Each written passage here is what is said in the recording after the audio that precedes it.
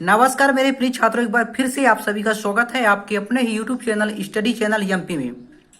पिछले वीडियो में मैंने हिंदी का व्याकरण का वीडियो बनाया था। उसमें कमेंट आया कि सर लेखक परिचय कैसे लिखना है और पेपर में कौन कौन से लेखक परिचय आ सकते हैं, जो कि आपको पेपर में आता है। लेखक परिचय लिखना होता है आपको उसमें से, और आपको उसमें से 4 या 5 नंबर दिया जाता है। तो दोस्तों घबराने की कोई जरूरत नहीं है। लेखक परिचय कैसे लिखते हैं पेपर में और कौन कौन से लेखक परिचय आने की संभावना है, 100% है कि जो मैंने यहाँ पर लिखा है लेखक परिचय 2021, 100% मैंने मोस्ट भी लिखा है। 100% इन्हीं में से उठकर आपके पेपर में देखने को मिलेगा।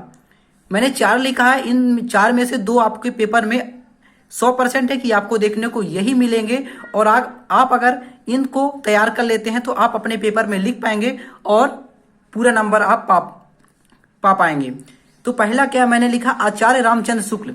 आचार्य रामचंद्र शुक्ल बहुत महत्वपूर्ण है, आप तैयारी कर लीजिए। इस वीडियो में मैं ओनली बताऊंगा कि आपके पेपर में कौन कौन से आ सकते हैं। अगले वीडियो में मैंने बताऊंगा कि लेखक परिचय लिखना कैसे है।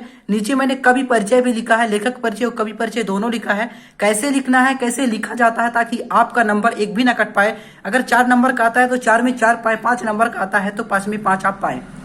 तो पहला हमने क्या लिखा है, आचार्य रामचंद्र शुक्ल। दूसरा है उषा प्रियंवदा। तीसरा कौन सा है, डॉक्टर रघुवीर सिंह। चौथा है रामनारायण उपाध्याय।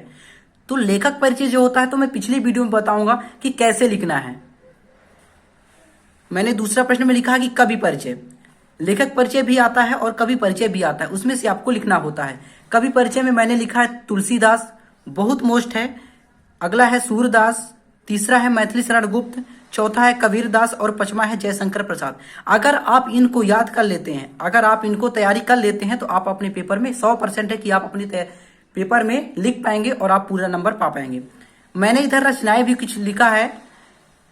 पहला है सूरदास का कि 2 रचनाएं आपको इसमें लिखना होता है। अगर आपको उसमें पेपर में पूछता है कि 2 रचना लिखना है तो ओनली आपको 2 रचनाएं याद नहीं करना है, आपको जितने ज्यादा से हो सके तो रचनाएं याद कर लीजिए, ताकि अगर आपके पेपर में एक भूल जाता है तो दूसरा याद रहता है और आप 2 रचनाएं उसमें से आपको लिखना होता है। बच्चे क्या करते हैं कि कहते हैं कि पेपर में 2 रचनाएं ही तो पूछा जाता है और बच्चे 2 रचनाएं ही याद करते हैं। तो मेरे भाइयों 2 रचनाएं नहीं, 2 से 4 रचनाएं, 5 रचनाएं आप याद कीजिए। अगर एक भूल जाता है तो आपको एक ही याद रहेगा तो आप अपने पेपर में लिख पाएंगे। अगला है 2 रचनाएं मैंने सूरदास का लिखा, जो 30 में 3 लिखा है मैंने।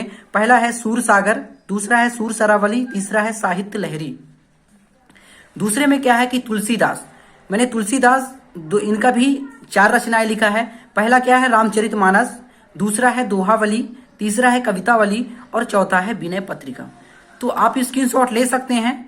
तो मेरे दोस्तों, मेरे भाइयों, कहना ये चाहता हूं कि अगर रचनाएं आपको याद करना होता है तो आप रटिए नहीं, आप एक बार 2 बार देखिए, आपके माइंड में कैप्चर हो जाएगा, आपको याद हो जाएगा। घबराने की कोई जरूरत नहीं है।